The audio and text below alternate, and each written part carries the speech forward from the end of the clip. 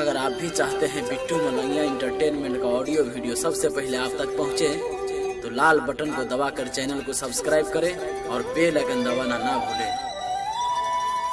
Present by ST music Madhubani. आप सुन रहे हैं अभी सिंगर शंकर तारा को। कमला में छठ मनाएंगे, धौली में छठ मनाएंगे,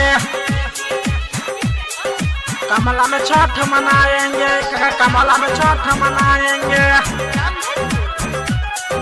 छठी मैया के पहरब आया, कन्या के संग में जाएंगे।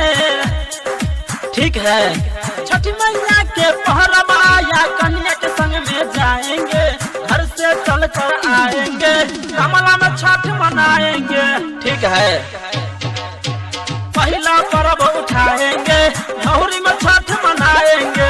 ठीक है, धौली में छठ मनाएंगे। घाटे में दीवान देहब, चौनौनी भी तान देहब। ठीक है, घाटे में दीवान देहब, चौनौनी भी तान देहब। हरा हरा ओख जाके खेताबा से आन देहब। ठीक है, थाली में पिसान लेहब, हमिया का सान देहब। हाथ जड़ जाई भी तो ठेकुआ भी छान देहब। ठीक है, नया नया शादी किए हैं, इनको न बेसी खटाएंगे। ठीक है, नया नया शादी किए हैं, इनको न बेसी खटाएंगे।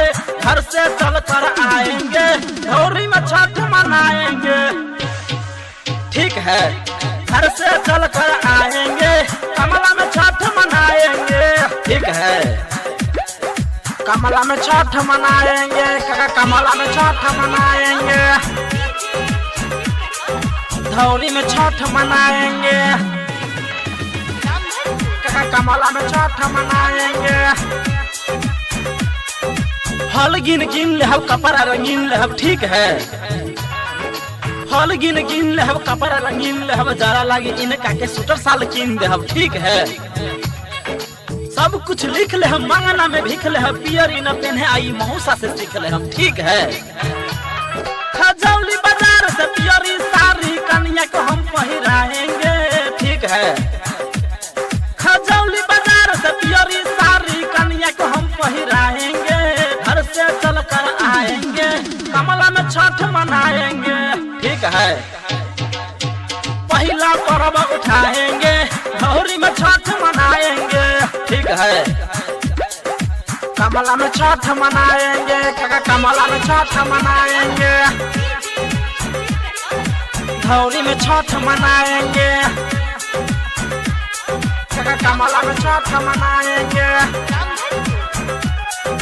पूजब सर झुकाई के अपना छठी माई के। ठीक है, पूजब सर झुकाई के अपना छठी माई के। जिंदगी सब और गइल ऐसन मेहर पाई के। ठीक है, उद्गार होशियार बारे, विनोद जानकार बारे, मुन्ना संगे अभिषेक ले ले परिवार बारे। ठीक है, शंकर तारा भैया राम जी से और दिलवाएंगे।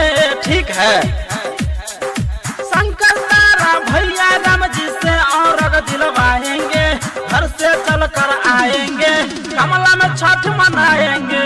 ठीक है, पहला पर्व उठाएंगे, धौली में छठ मनाएंगे। पहला पर्व उठाएंगे, धौली में छठ मनाएंगे, कमला में छठ मनाएंगे।